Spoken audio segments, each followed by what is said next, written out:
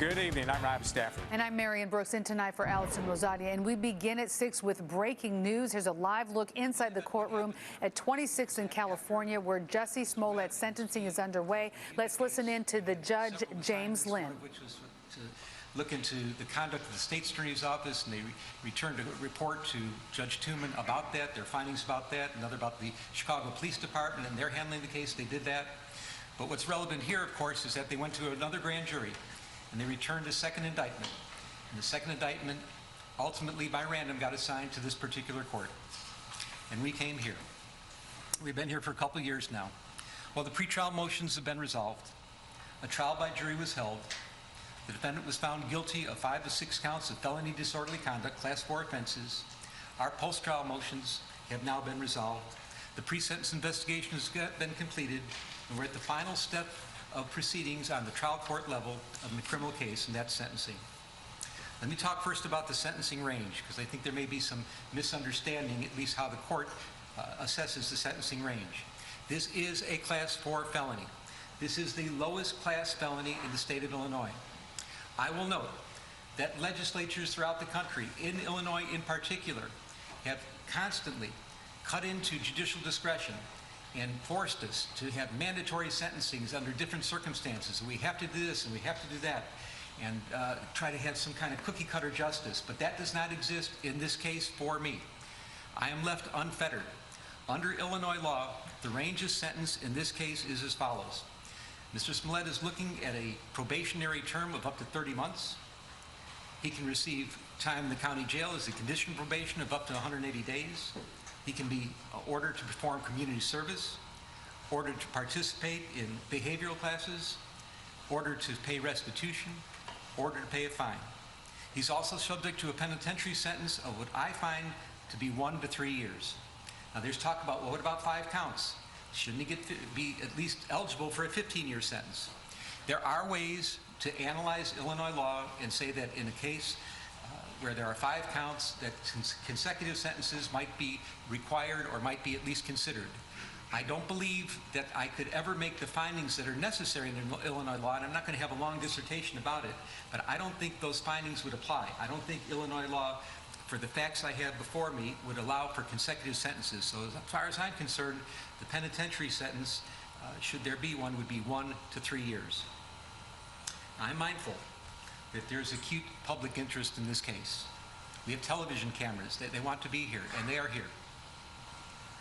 People are watching.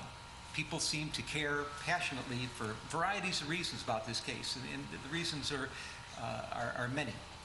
And let me be clear that the sentence that I put down today and render down to Mr. Smollett is not in any way, shape, or form to assuage any public sentiment in any form at all. I'm listening to things that were brought to me in court today, people that have participated in the aggravation and mitigation portions of the presentation today, but this is not for the public. The sentence that's going to be rendered today is going to be strictly for Mr. Smollett. It's going to be fashioned for him. And when a judge sentences somebody, and I've been doing this for quite a while now, you have to look at both the crime that was committed and the person that committed it. How did the person get here? Who is this person? What is the crime? You put them together, you look at the sentencing range, and you try to find something that is just and fits and makes sense and that is right. And that's what we're going to do. Let me tell you, Mr. Smollett, I know that there is nothing that I will do here today that can come close to the damage you've already done to your own life. You've turned your life upside down by your misconduct and shenanigans. You've destroyed your life as you knew it. And there's nothing that any sentencing judge could do to you that can compare to the damage you've already caused to yourself. So who is Jussie Smollett? Who are you? And how, out of all people in the world, did you get to be here, sitting in the courtroom in Chicago at a sentencing hearing, convicted of faking, hoaxing, racial and homophobic hate crimes? How in the world did this happen? Well, there are ironies in this case, and the ironies are many and they are profound. And I'm talking about the testimony I heard under oath from Mr. Smollett, corroborated in large part by the pre-sentence investigation. Mr. Smollett chose to take the witness stand, which of course is his right. He took an oath and he got on the witness stand, and the first thing he did was to introduce himself to the jury. He wanted the jury to know who he was, where he came from, what he was about. And I heard it on the witness stand. I heard it corroborated today by the witnesses that came and testified on his behalf. There's no question, Mr. Smollett was born into a mixed-race family. His mom is an African-American woman. His dad was a white Jewish man. There were 6 siblings. And if you can say anything about this family, and we're talking about a very, very tight-knit family, a village that was always in sync with each other, that cared about each other, was completely, wholly supportive of each other, you know that this family knew about matters about social justice more than anything else. That's what the family stood for. It is part of the fabric of their existence. I know that Jussie Smollett grew up knowing to be sensitive to matters about racial discrimination, any kind of discrimination, any kind of social injustice. And as a matter of fact, I'm learning more about it as we're going on in the letters I've been receiving and the testimony I've heard today. He's been doing this all his life. He doesn't just talk the talk, he's walking the walk. He's out there, he's advocating. He's involved in the community. He cares deeply about social justice issues. And for you now to sit here, convicted of hoaxing hate crimes, racial hate crimes, and homophobic hate crimes, the hypocrisy is just astounding. I don't know where to begin. I'll remember one thing that will always stick in my mind, and I've been involved in so many trials over the years, but something happened in this trial that it was remarkable. And it talks about your sensitivity to issues of social justice. You're on the witness stand. You're being cross-examined. Your liberty is at stake. It is your criminal trial. Mr. Webb is winding through some things on cross-examination, and he's going through some social media communications, and whether it was Instagram or chat or text, a little quibbling about that, that doesn't matter. But Mr. Webb found a line that he wanted to confront you with, and he said, "Didn't you say," and he used a word starting with the letter N, "meet me at this place at this time," and I'm paraphrasing. And rather than just answer the question, which is what a witness is supposed to do and expected to do in their criminal trial, you stopped the proceedings. You said, "Mr. Webb, out of respect for all the African American people in this courtroom, you should not be using that word." And I was amazed. But it showed, and I'm not talking about the parrying and the gamesmanship that may go on between a prosecutor and a witness on the stand. That's not why I'm telling this, recalling this event. But what I'm talking about is how sensitive you were to any kind of slight, that anybody, if the wrong words come out of somebody else's mouth, you're going to get up and speak up and complain about it. And make sure that they know that they're not behaving the way you're supposed to behave. So you know better than anybody else that these are serious matters. They're serious to you. They're clearly serious to you and as your whole family. And for you to be here now, convicted of these hate crimes, it's just astonishing. Faking hate crimes. So why did this happen? That's a good question. I think that's the question on everybody's mind. There's some conjecture you did it for the money. Frankly, I do not believe that you did it for the money. You were making, the evidence showed, close to $2 million a year when this happened. I don't think money motivated you at all.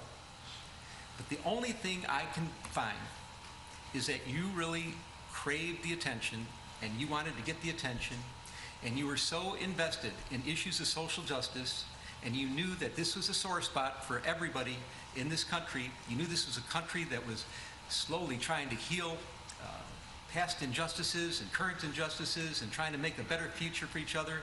And it was a hard road. And you took some scabs off some healing wounds and you ripped them apart for one reason. You wanted to make yourself more famous. And for a while it worked. Everybody was talking about you. The lights are on you. You were actually throwing a national pity party for yourself. And why would you do such a thing? Why would you, I understand, you craved the attention so much, but why would you betray something like social justice issues, which you care so much about? And the only thing I could conclude is that, and I acknowledge, there are wonderful sides to you. There are very giving and charitable and loving sides to you, but you have another side of you that is profoundly arrogant and selfish and narcissistic. That's the only thing that can be concluded.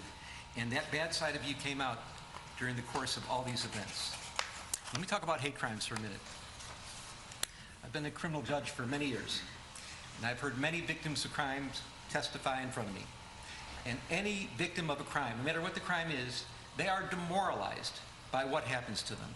It doesn't matter if you're injured unjustifiably, if somebody hurts you and maybe cripples you or damages you in some fashion that's going to be long-standing injuries, if your property is stolen, your vehicles are stolen, people go into your homes, your possessions are stolen, people do all kinds of terrible things, it is a demoralizing experience. And sometimes it's the worst experience that anybody can ever go through in their entire life.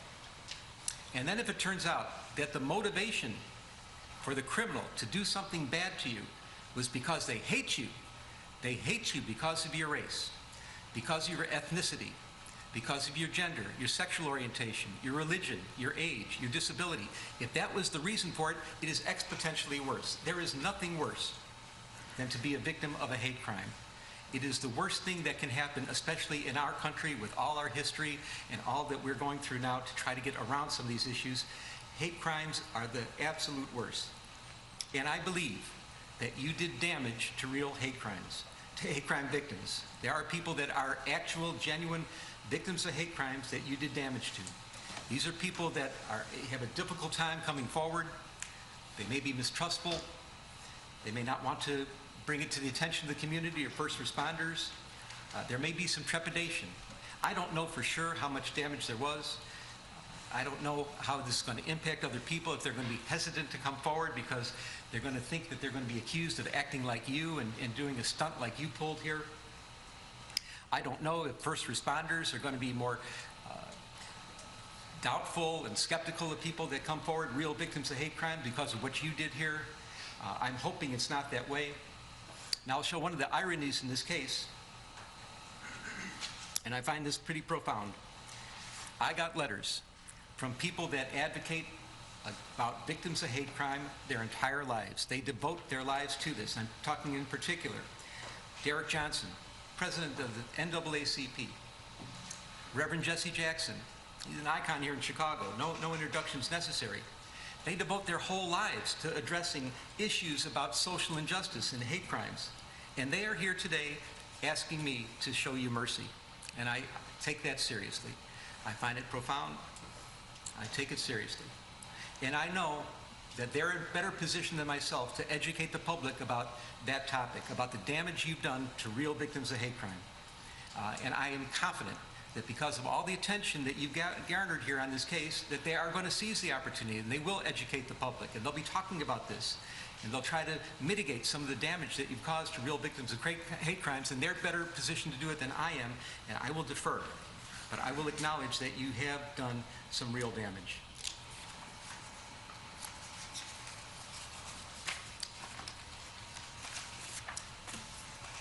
I want to talk about your premeditation. Again, I've been a criminal judge for many years, and I know that people end up where you are right now, awaiting sentencing on their criminal trial. And how did they get to court? How did that happen? There's some people that wake up in the morning, they have no intention of doing anything wrong. They're not looking to do anything criminal. That's the last thing on their minds. But there are crimes of impulse that happen. Road rage, a barroom fight, bumping into somebody, words are exchanged that somebody finds insulting, and sometimes weapons are available, and the results can be horrific, and they can be permanent. And people are sitting here and they're wondering themselves, how did I get here? I wasn't looking for trouble, but trouble just seemed to find them, and crimes and impulse. And when I'm saying that I have to put the person and the crime together and try to mix them and understand who it is that committed this crime within the sentencing range, and that's part of my job to do, I consider how the person got here. So, but this is not a crime of impulse. There are also crimes of opportunity. Walking down the street and somebody they left the keys in the car with the motor running, and they take the car. Or they're in the department store and they see someone put the credit card on this side and they go to adjust their baggage on the other side and grab the credit card. Those are crimes of opportunity. They didn't wake up thinking they're going to commit a crime, but something just looked too tempting to them. They use very bad judgment, and then they get in trouble, they get caught, and here they are. But then there are crimes of premeditation. Mr. Smollett, that's what you are all about here, crime of premeditation. You did wake up in the morning thinking you were going to do something bad and something wrong. And I know more today about this than I ever did before, that there are some wonderful things about you And I know how people, they cherish you, and they cherish your relationships, and they cherish the good works that you've done.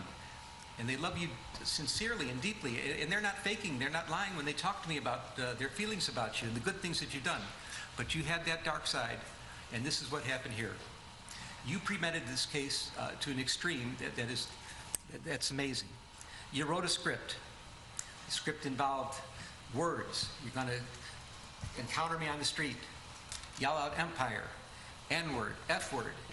You're going to hit me. You're going to beat me up. You're going to put bleach on me. You're going to put a noose around my neck. That's a script that you wrote. Now, it's not a good script, especially for Streeterville in Chicago. It's questionable, but it's a script that you wrote. You picked out the actors. You chose the Oceandero brothers. And why did you do that? Because you knew them. You trusted them. They idolized you.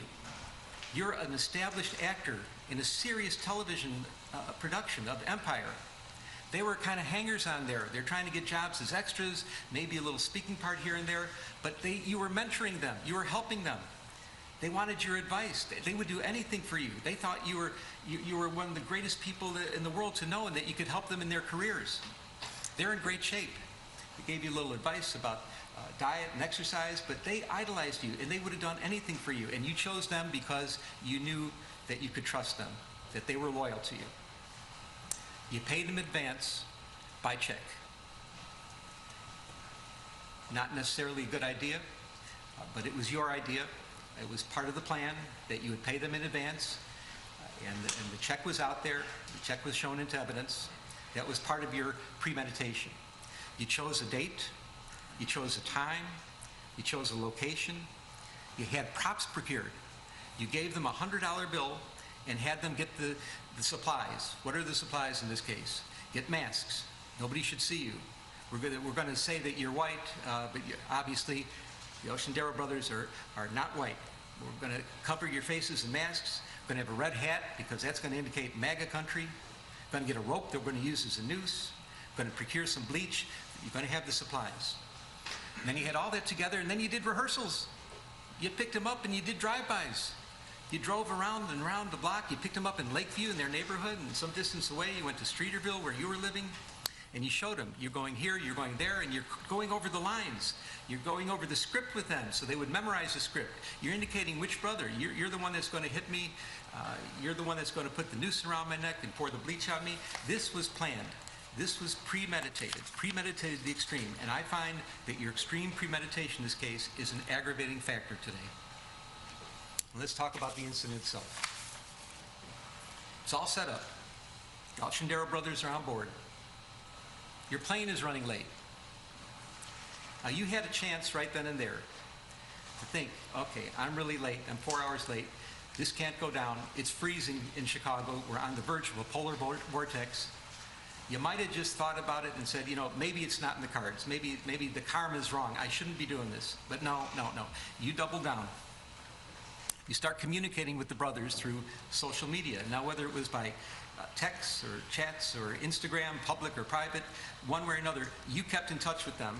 And there was some quibbling about the specifics about how you kept in touch with them, but they knew what time you were coming in, and now the time is pushed back to 2 o'clock in the morning in the freezing cold weather. It's double digits below zero at 2 o'clock in the morning. You have to have a reason to be out on the street. And the reason you chose is you come up with the story that you needed to get some eggs at Walgreens at 2 o'clock in the morning. And if not that, you're going to go to Subway and get a sandwich and the salad and get something to eat at 2 o'clock in the morning in the freezing cold. You did one more thing. You got the Oceandero brothers. Now they're on board with you. You're using them as your patsies. You have your friend, you get your friend Brandon on the phone, and here's a man, a professional man that's trying to help you in your career. And you're not sure what town he's in, if he's in Australia or not, but you get him on the phone, and he's going to be your patsy also, because he's going to listen and be around on the phone to hear that you're being attacked by somebody. Now, he doesn't know what's going on, that it's really not an attack, but he's going to be able to corroborate your story.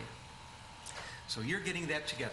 You got Brandon on the phone, you're out on the street, ostensibly to get some Subway, you get some Subway. And you're walking to where this is supposed to take place. Now, the Ashendero brothers, they're getting ready too.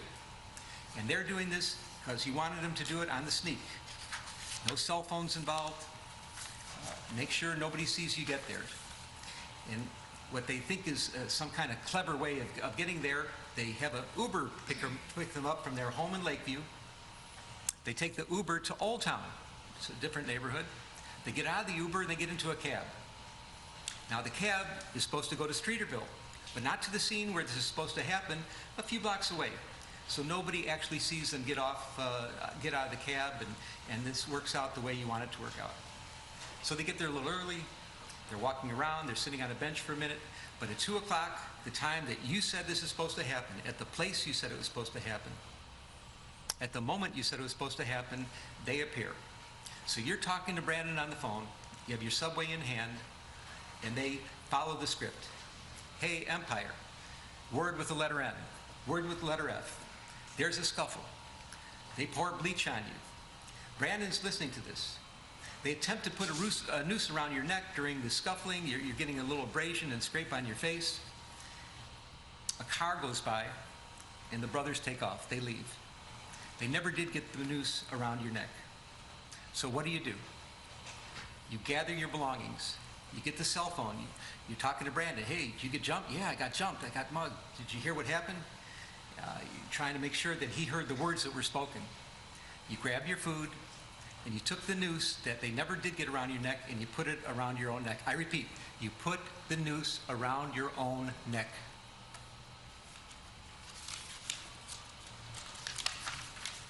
You go home.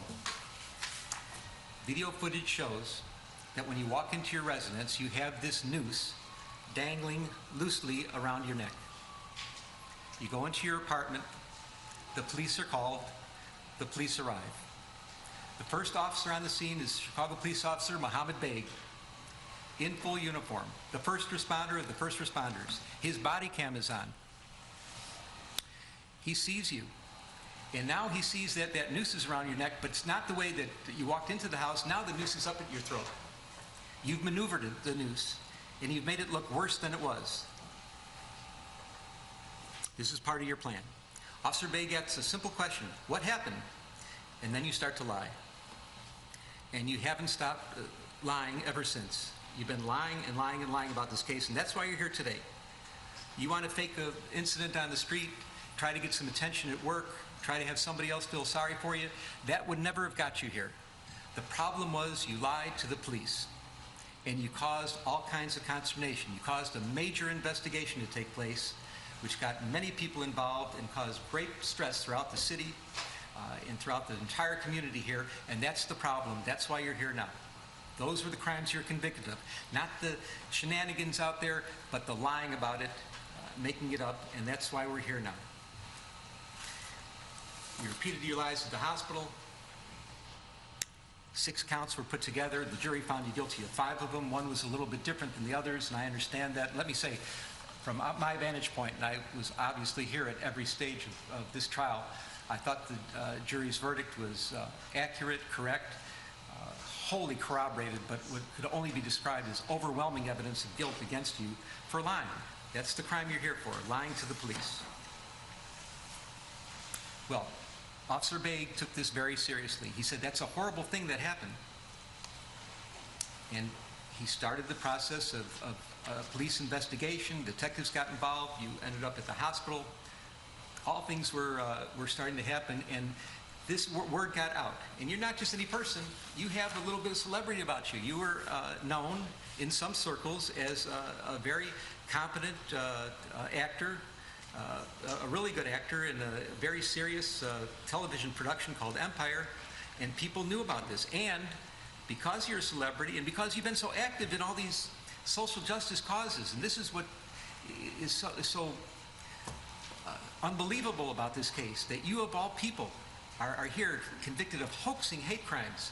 You who know better, who are out there in the world trying to be something for the good in social justice causes, that you ended up here right now like this. It's crazy, but you know people in high places, elected public officials. They reacted. You knew mainstream journalists. They reacted. You became the first page, your front page news. You're talked about in the halls of Congress. People are talking about making laws to prevent what happened to you to happen to anybody else. People on mainstream media are decrying what happened. What kind of country is this? How could they do this to Jussie? We know Jussie. He's such a gentle guy. He's the guy that was described to me by all the family and friends that I heard from today. And I believe that Jussie exists. But you use them as your patsies too. They were giving you the national pity party you wanted. They're putting you on the front page. All the attention is on you. People talk about social injustice. Your name was coming up first, which is exactly what you wanted. But you used them. If anything, people in those positions, elected public officials, mainstream journalists, their credibility is everything to them. And you didn't care that you might be damaging it. You did damage to them because, again, there's a side of you that has this arrogance and selfishness and narcissism that's just disgraceful. And your plan worked, of course, until it didn't. We're in Chicago. You lived here for 5 years, working on the Empire Show. And you have to know, as well as anybody that lives in Chicago, that Chicagoans, they love their city. They're fiercely loyal to the city, and believe me, Chicagoans know we don't all agree with each other on a lot. There are all kinds of disagreements on what our city should be, what the vision should be for the future. There's even disagreements about what our past was like. But despite all the disagreements and all the things that are not right with Chicago, it's sweet home to Chicago to the Chicagoans. Chicagoans are fiercely loyal to their city. But Chicagoans have one thing in common that they agree on, that there's no misunderstandings. Everybody's on the same page. And that page is crime is a problem. It is a major problem. Nobody disagrees. And we know that police resources, they are valuable. They're limited. Detective resources are precious, and they cannot be squandered. And what you did, because you were selfishly, arrogantly, and narcissistically bringing attention to yourself, it's the only reason you could have been doing such a crazy thing that you did, was you took away a lot of resources from other places, from other real victims of real crimes. You used up the police resources for your own benefit. And that's a big problem here. What you did is you created what we call around here a heater. What's a heater? A heater is a case that when it's reported to the public conscience is shocked to such an extreme that the public is demanding that the police solve this crime here, right now, right here, right now. Everything else has to take second place. The heater has to be addressed. And you created a heater. And boy, did they put on an investigation. And I know that I've been listening to Chicago police officers and listening about police investigations for many years.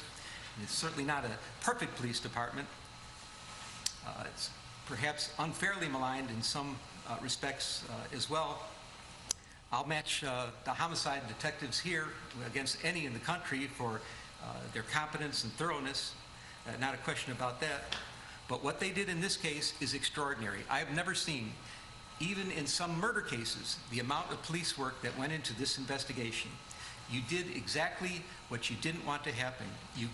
They put so many police resources into this. When I say what you didn't want to happen is you never wanted this case solved. You thought that somehow you'd be able to skate by and nobody would ever know what really happened here, and you're going to walk away from this, and it didn't go down like that at all, of course. So they solved the case. And what happened? Turns out that you're not a victim of a hate crime. You're not a victim of a racial hate crime. You're not a victim of a homophobic hate crime. You're just a charlatan pretending to be a victim of a hate crime. And that's shameful, especially from the family you got brought up with your family values. It's so sad. The damage you've done to yourself is way beyond anything else that can happen to you from me or any other judge that would be sentencing you in this criminal case. You are now a permanently convicted felon. Your family who loves you and supports you, I don't even want to use the word forgive because forgiveness isn't even necessary. They're with you so much. They're so tight-knit, but you have to live with the fact that you really put them through a ringer. You've embarrassed your valuable friends in high places, the elected public officials, people in the media. You've embarrassed them. You have to live with that. I don't know if those relationships can be repaired. You've become toxic in your own workplace. Your career future is uncertain at very best. It was really on a rocket ship to success, and now you've turned yourself into riches to rags, and it's so unfortunate. Your very name has become an adverb for lying, and I cannot imagine what could be worse than that. People talk about situations where somebody's lying and trying to manipulate and maneuver a story, and your name comes up as, oh, pulling a Jussie, something like that. That's awful. You're the butt of jokes. Comedians, mainstream talk show hosts, they make jokes about you. They do sketches about you. I can't imagine anything worse than that. Now, this is all self-inflicted. These are things you did to yourself. This is self-damage. Well, some people may think that what you did is funny, and that there's some room for humor or jokes about it. But I assure you, this court does not. I don't think there is anything funny at all about hoaxing and faking racial hate crimes, hoaxing or faking homophobic hate crimes. I think that is disgraceful. There is nothing funny about it. There's no humor in what you did whatsoever, all because you're selfish, arrogant, narcissistic. At least you have that side in you that came out through this case, and you kept doubling down and doubling down and doubling down. It's not funny. It's not funny at all. And I'm your sentencing judge, and I don't find it funny. So where are we at? We're at the end. You're convicted of a Class 4 felony. It's presumptively probationable, but we have some real serious aggravating factors here. Your premeditation, which I've described.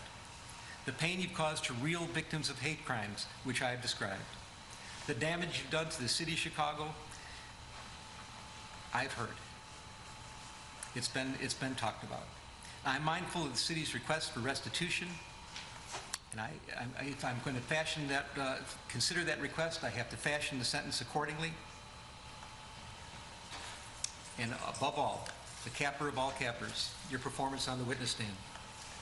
This could only be described as pure perjury. You got on the witness stand, you didn't have to, you did, you certainly have a right to, but you committed hour upon hour upon hour of pure perjury. And I find all those to be ample factors. If this court were to decide that the things you did, that any kind of probationary sentence would deprecate the seriousness of the offense and you need to go to the penitentiary, the record is clear and it would support it. But I'm looking at everything in its totality. And I agree. It's told to me today, you can't judge everybody by one bad thing they've done in their life. I don't know if it's the only bad thing, but it's the only bad thing that I'm concerned about now. And that you do have quite a record of real community service and quite a record of attaching with people. There is a lot of mitigation in this case as well. And I'm mindful of the pleas of mercy, particularly from people that are in the arena of dealing with social justice issues, that are fighting, seriously fighting, not playing around, not doing games like you were doing, but seriously fighting for matters involving hate crimes of all sorts. And they're asking you for mercy as well. So I'm trying to consider who you are as a person, how you got here, how somehow you strayed away from your family values, you let that dark, narcissistic, selfish, and arrogant side come out, and you persisted with it for years on this case. I'm fashioning the following sentence, and here's your sentence. I'm sentencing you to 30 months felony probation, and the probation is going to be to this court. You're going to be allowed to travel wherever you want. You do not have to live in the state of Illinois.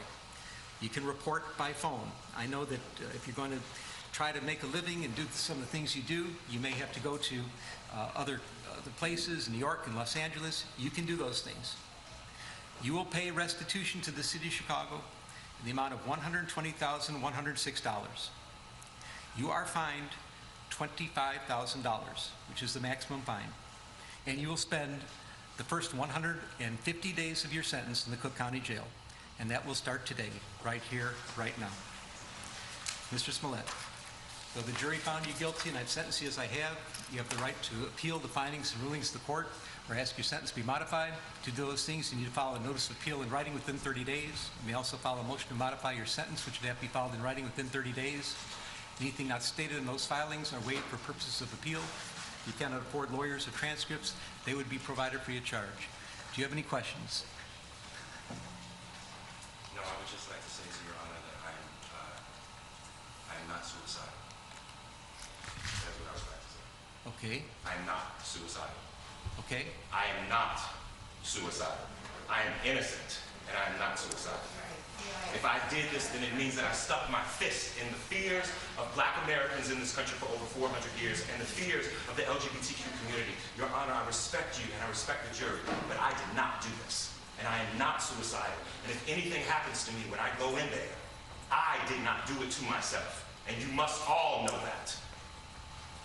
I respect you, Your Honor. I respect your decision. Jail time,